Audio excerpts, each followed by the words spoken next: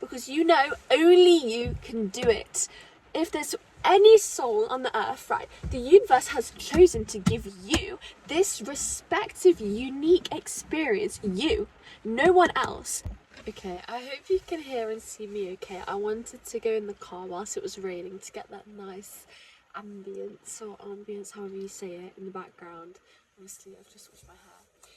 So I read a quote, as I'm sure a lot of you have, a while ago about the notion that God does not give you something, or something about, I'll put it here if I can remember it, God does not burden your shoulders with something you can't carry, or something along those lines. And I wanted to talk about it. I wanted to talk about it in relation to divine timing, because we, as a community, and recently with the surge of resurgence of spirituality, especially on TikTok, Instagram, etc., I've been talking a lot about divine timing, and if it's meant to happen, it will, etc. And that's something that I'm sure we can all agree on, at least to an extent, and that I personally believe. Now, I don't see why we should exempt that notion from our traumas and from our triggers. The notion that if something's coming up, if you're feeling a certain way, if a certain trigger is coming up for you, then there's surely a reason behind it, and there's a reason why that trauma is being triggered in you in that specific time. Now let's break this down and talk about capacity. So how I want to tie this into divine timing is that if, for example, okay, you have someone with a, let's say, more limited capacity in terms of their emotional depth. Let's say we have someone who has had a very, very normal, very 3D life, a very normal life, a life without any trauma, a life without any sort of awakening circumstances, etc. A very surface level person. And I'm not trying to, shame that and say that's bad, but let's say they have a lot less emotional depth and can experience a lesser range of emotions and depth of emotions than someone who, for example, has had a massive spiritual awakening at a young age and who's had a lot of trauma happen in their lives, or, for example, someone who's had abusive parents, has had to grow up very quickly, and they both reach a certain age. One will have a lot more emotional capacity than the other, maybe not for the best reasons, obviously, but they have, in a neutral sense, different capacities. Now, this person who has not had any traumatic experience, who's not had any sort of awakening, who's not had any more than surface level experiences in their life, we know that they're physically not going to be able to experience the same trauma as someone who's gone through all of that. I mean, that's obvious, right?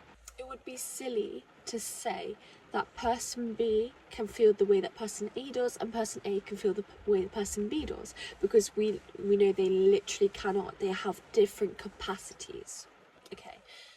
And why I wanted to bring this up is because I'm trying to make the point that trauma is not random. And it seems like such a, obvious thing when you say it out loud, but not everyone has the same triggers. Not everyone has the same trauma. That's why you can say that no one can ever see you clearly, because no one's ever been through what you've been through. Everyone is always looking through their own respective subjective lens. Everyone is always looking through the lens of their own unique individual experiences, and they physically, if they tried, they cannot look through the lens of yours, because no one has lived your life specifically. That's why I want to illustrate this point by saying that everyone's trauma is unique, everyone's triggers are unique, everyone's own lens is unique. Therefore, surely the triggers that you get and the trauma that you have or are experiencing is uniquely to you. Although, of course, we can have some shared experiences, but they can never ever actually be the same, because no one is you. You are you, no one else is you. So everyone has their own respective trauma, everyone has their own respective triggers, everyone has their own respective way of seeing things and dealing with things. So therefore, by saying that your triggers and trauma are respectively and uniquely yours, wouldn't it make sense that you are the only one who can deal with that. Let's say that, for example, in the quantum field, let's say that there is a ball of trauma, and there's loads and loads of different traumas from different densities inside this ball. And let's say that the universe picks and selects souls, which they probably, maybe they do, picks and selects souls which they want to heal and to clear that specific trauma. Now, isn't the universe going to give a heavier, more dense, older, harder trauma to person B, who is an older soul, let's say, and who's been through more, and who in this incarnation on Earth is going to experience more than person A? Wouldn't, because it would make no sense. The universe wouldn't give person A the trauma that they could not carry or that they could not clear. I set the intention that whoever watches this are people, you know, who are already on the same vibration as me, as someone who has come to up-level the planet and who has come here to be spiritually awakened, and who's come here to up-level through their traumas, up-level their soul, up-level the vibration of this planet, most likely a starseed. Therefore, the traumas which you have are a little inside, I believe, an inside compass leading you to your evolution. Which is why I believe in divine timing, that when a trigger has come up for you, when you are experiencing an emotional trauma or a trigger or an experience, it has come up for a reason. I don't believe it's random. I believe that you are now at that point where you can hold that, not only hold that trauma, but you can transmute it, you can alchemize it, and you can clear it, because you are here to up-level. You're not just here, yes, to experience, but as a starseed, you've volunteered as an old soul to clear the karma of this planet and clear the karma of your soul. Therefore, what would be the point in you having trauma that you can't carry? What would be the point in you having trauma that you can't shift? That would make no sense. Why would you be spiritually aware if you were not here to transmute and shift that trauma? Because person A, who is not spiritually aware, what would be the point in the universe giving them that amount of trauma and that, you know, that deep of a wound if they were not able to clear it? Because the universe isn't just going to be doing that for fun, even though sometimes we may feel like that. But if person A's soul is very new and has not been on Earth many times and does not have a lot of trauma, God bless them, like, good for them, and they're very naive, then, you know, the universe cannot vibrationally give person A the trauma that vibrates on a certain level, because person B vibrates on this level, and so does that trauma, which is why person B will take that trauma so that they can transmute it in this life. But let's say person A vibrates here, but the trauma vibrates here, or vice versa. Then it would make, like, you physically can't, you quantumly can't give person A that trauma if they are not vibrating on the same energetic frequency as that trauma, which is why trauma lowers your frequency and lowers your vibration, and is dense and it makes you lower. That's why when you release trauma, you up level in life. It all makes sense now. So in respect to divine timing, and in respect to the original quote at the start of this video, so you are not experiencing something that you can't handle. Also, let's look at the soul's divine journey. Let's look at the soul's plan on Earth. We know that our souls have planned out, especially the major events of our life when we come here to Earth. So wouldn't that make sense that the traumas in you are also planned out by your soul? I believe that they are. That's my hypothesis here. That, you know, your soul knows when certain traumas are going to be triggered and released in you. They know when they want you to deal with certain things at certain stages of your life. That's why, for example, you might not know that you have an abandonment wound, but until, for example, you're 19 years old and you meet someone and they trigger that abandonment wound. You know, if you, let's say up until that point you've spent time doing healings and you've become spiritually aware at 18, there'll be no point of giving you that person to come into your life at 16 when you had not the capacity to A, realise that trauma, B, never mind, clear it. So I believe that your trauma is coming up at a divine time. I believe that your triggers are actually meant for you. And yes, it sucks. Yeah, especially if you've been through a lot, which I believe many of you have, and especially if, you know, you're dealing with a lot of density in your life that you want to transmute and shift. But the reason that I'm making this video is in order to inspire confidence in you all, that you are not carrying something that your shoulders cannot bear the weight of. And after all, after every single bad experience in your life, you are still here. You're still watching this video, you know.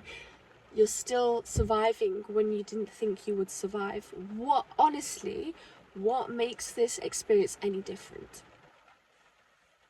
You're clearly capable of it, because A, otherwise it wouldn't be coming up, B, you wouldn't have it.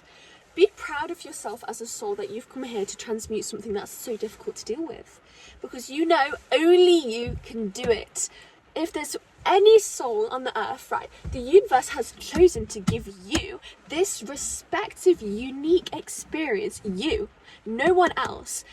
Be proud of yourself as a soul and as, you know, an energetic being, that you have the depth and you have the knowledge and the security in yourself as a soul to give yourself that in this life to transmute and heal. It's an amazing thing, and I'm sure that all of your spirit team, when you actually start feeling this trigger, although it feels horrible, I have always sensed that when I've been going through my very karmic, very painful last few months, in terms of dealing with something that has been lifetimes long stuck inside my soul, I'll be meditating, I'll be in the throes of the most unimaginable grief and feeling there's no way out, and then I'll just feel from my team, from my guys, this kind of bliss and this sort of knowing, A, that I'll get through it, B, this is a good thing. This is actually, like, imagine if you were stuck the same. Imagine if, you know, if you're not dealing with it now, fine, it will come up at a later time, but even if you don't deal with it, it will still be stuck inside you. This is my biggest point. Okay, you think, I don't want to deal with this, I don't want to do it, I can't do it. Okay. Also, by the way, that's coming from someone who's not only done it every single time, but thrived after and whilst doing it, and done it well. So you have more confidence in yourself, please. And this is a message, like, if you're seeing this, you need to have more confidence in yourself, that you can actually deal with the shit that's inside you. Otherwise it wouldn't be inside you. It would not be inside you. It would be inside someone else who could deal with it, so you can clearly deal with it. It's yours. It's yours. In case it's not yours, then obviously once you clear it, it'll go to someone else. The harsh truth of the matter is that if you don't heal what's inside you now, then in your next life you're going to have to deal with it. If you don't deal with it in your next life, it's going to come back in the life after that. For example, this is quite deep, but what's ever stopped me from, you know, for example, like when I was younger, feeling suicidal, what always stopped me from doing it was this knowing that if I do it, trigger warning, if I do it, then I'm going to have to come back and do this all again. Whatever trauma you don't clear in this life, you're going to come back and do it in another life. So suicide won't actually, it doesn't get rid of the trauma. You just rid yourself of this incarnation. So if you don't deal with your pain now, you're prolonging your suffering, B, giving it to a different expression of yourself.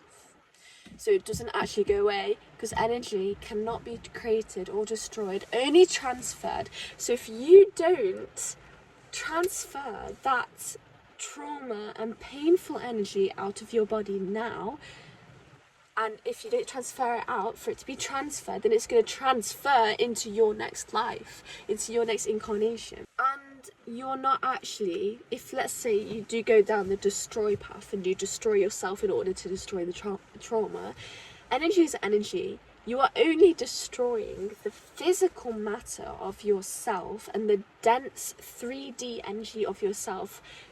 Emotion is energy in motion. Your body, like, as a body, you're clearly not in motion, because we are, to be physical, we are vibrating at a soul on such a low level in order for us to come down into the 3D, which is why I feel shit.